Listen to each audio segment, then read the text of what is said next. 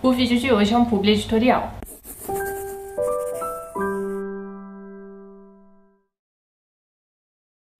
Olá, hoje então a gente vai conversar um pouquinho sobre o Jardim dos Famintos, do Adams Pinto. O Adams é um autor iniciante, esse aqui é o primeiro romance dele, e é bem interessante a história de como ele teve a ideia para criar esse livro aqui. Na verdade, esse livro começou como uma ideia para um jogo de RPG, baseado levemente ali na obra do H.P. Lovecraft, só que o nosso autor percebeu que ele não era muito bom de improvisação e coisas do tipo, então ele resolveu parar e pensar nessa história com bastante detalhe, foi escrevendo, enfim. A história acabou virando então um romance. O livro tem cerca de 400 páginas e ele é todo ilustrado. Aliás, o Adams Pinto é ilustrador, gente. Ele me contou que ele faz diversas ilustrações para diversas lojas de camisetas mundo afora. Então a diagramação do livro e tudo mais foi idealizada por ele, mas as ilustrações foram feitas por um amigo dele chamado John... Vamos, a ficha catalográfica para não falar besteira... Sim, John Bosco. E a cada término de capítulo a gente tem então uma ilustração que vai dar aí uma ideia do que vai acontecer no próximo capítulo. E bem, pela capa, pelas ilustrações, o que é que você já deve estar pensando? Deve ser um livro jovem adulto. Mas não é, viu, gente? Esse aqui é um livro de fantasia. Eu, inclusive, vi o Adams falando num vídeo que eu vou deixar lá embaixo pra vocês darem uma olhadinha também, que ele fez junto com um amigo, que esse livro aqui, na verdade, se trata de um gênero que eu não conhecia, gente, chamado Dark Fantasy. Provavelmente eu já devo até ter lido algum livro de Dark Fantasy, só não liguei o nome à pessoa, digamos assim. Então, gente, o que acontece é o seguinte, vamos primeiro dar uma olhadinha aqui nesta capa. O que nós temos aqui são 8 máscaras. Num primeiro momento, quando eu bati o olho na capa e comecei a ler o livro, eu tinha apenas enxergado aqui máscaras de animais, mas a gente tem aqui também, por exemplo, uma máscara de ervas daninhas. Nós temos aqui 8 máscaras no total e essas 8 máscaras têm tudo a ver com a história. O que acontece aqui é o seguinte, gente. Eu vou contar pra vocês o prólogo dessa história, é o primeiro capítulo, só pra você ter uma ideia. Então você tem essas pessoas que acordaram no meio de um naufrágio. Então elas estão naquela situação à deriva no mar, esperando ajuda vir, qualquer coisa do tipo. Você tem esse rapaz que avista uma moça segurando um bebê ali à deriva. Então ele vai até lá tentar ajudar aquela moça e aí ele vai percebendo que ele não se lembra de nada, não se lembra de quem ele era, como ele foi parar ali, o que ele estava fazendo naquele navio, ele não conhecia aquela moça, inclusive a moça, quando eles começam a conversar, não sabe se ela é a mãe do bebê.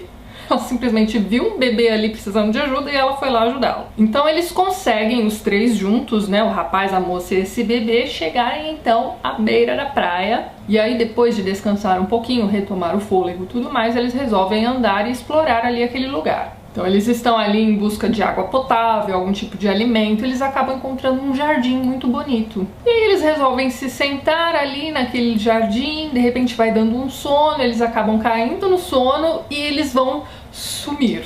Digamos então que aquele jardim vai fazer com que aquelas pessoas desapareçam, se é que você me entende. E aí a gente tem um corte na história e a gente vai entrar em contato então com a primeira personagem desse grupo de 8 que simplesmente se encontra nesse lugar absolutamente sem memória nenhuma de como foi parar ali e sem memória nenhuma sobre quem ela é. Só que ela tem junto de si também uma dessas máscaras. Então ela pega aquela máscara, vai andando por ali até ela encontrar um casebre com um senhorzinho aparentemente cego, cuidando de uma menininha. Ela acaba sendo acolhida ali por aquelas pessoas. E aí ela vai percebendo que aquelas pessoas também estão ali sem memória nenhuma, não sabem como é que elas foram parar ali. E aí aos poucos, conforme os capítulos vão correndo, a gente vai encontrando outras pessoas na mesma situação daquela moça. Também não sabem como foram parar ali e tem uma dessas máscaras. E essas pessoas aparentemente não têm ligação nenhuma entre si, elas simplesmente foram parar ali naquele mesmo lugar, nas mesmas circunstâncias, em períodos diferentes, e aos poucos elas vão se encontrando e formando grupos, visando sua sobrevivência. E aí, minha gente, o que acontece é o seguinte,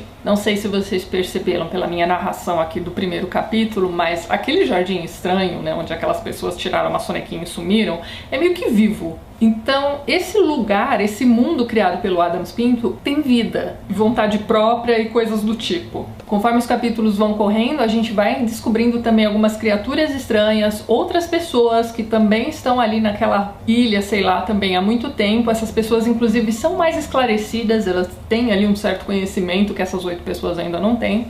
Elas, inclusive, sabem o que significa aquela máscara. Então, aos poucos, a gente vai descobrindo o que é que está acontecendo com essas pessoas. E como eu tinha dito pra vocês, o Adam tem também influência do H.P. Lovecraft. Ou seja, este livro aqui, além de ser um livro de fantasia, é também um livro de horror. Então, um dos elementos mais estranhos aqui desse livro é o fato de que essas 8 pessoas, por algum motivo, quando sentem cheiro de sangue, quando o sangue toca o solo, elas sentem uma vontade incontrolável de consumir carne humana. Então eles são meio que canibais ali naquele lugar. E aí tem uma cena que eu fiquei até meio chocada. Tem um rapaz ali num dado momento que se machuca, e aí ele sente cheiro ali do próprio ferimento, aquela coisa toda, e ele quase, né, ele sente o impulso de devorar a própria perna. Então, além dessa questão do canibalismo, a gente vai ter ali alguns momentos em que o horror vai nos lembrar também de filmes como Alien.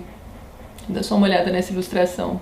E uma coisa interessante que o autor faz aqui nesse livro foi ter criado um narrador que vai desvendando a história pra gente da mesma forma que a história desses personagens vai sendo desvendada para eles. Então a gente tá no mesmo barco. E é aquele tipo de livro que a gente realmente quer saber o que é que está acontecendo, a gente realmente quer saber de onde vieram essas 8 pessoas, quem são eles, o que eles estão fazendo ali.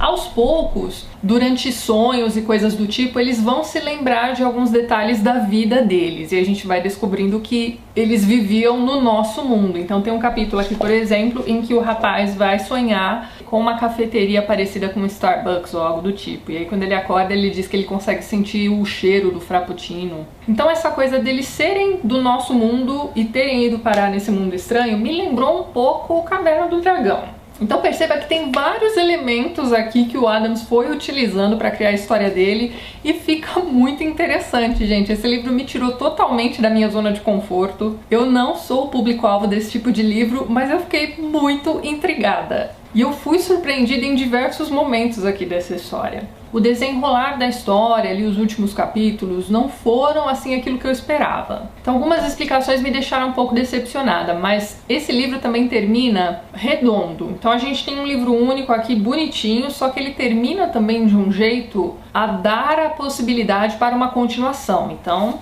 talvez o autor escreva em um segundo volume, não sabemos, mas a história está bem redonda aqui como ela está. Então tá aqui a indicação de um livro para quem gosta desse tipo de história, a ser desvendada aos poucos, que se passa ali num mundo fantástico, com elementos de horror tenebrosos, para quem gosta também desses elementos de jogos de RPG e cultura nerd, digamos assim. Você vai acabar se divertindo bastante com esse livro. Ele está disponível tanto em versão física, no site que eu vou deixar lá embaixo na descrição desse vídeo, e também em e-book pela Amazon. Faltou contar para vocês que esse livro aqui é uma produção independente, ele foi feito através de um projeto no Catarse, e ele meio que já tem aí uma legiãozinha de fãs, gente. Então, se você quiser conhecer um pouco do autor, não deixem de ver o vídeo que eu indiquei pra vocês, o link também vai estar lá embaixo. Junto com o livro, o autor me mandou também essa camiseta que eu estou usando, uma ilustração dele, não sei se dá pra vocês verem. Eu achei que ele foi bem otimista, porque ele me mandou uma camiseta P, não é mesmo? Mas não há nada que low carb corridas não resolvam, né? Vou ficando por aqui, vejo vocês nos próximos vídeos do canal. Um beijo grande pra todo mundo e até mais!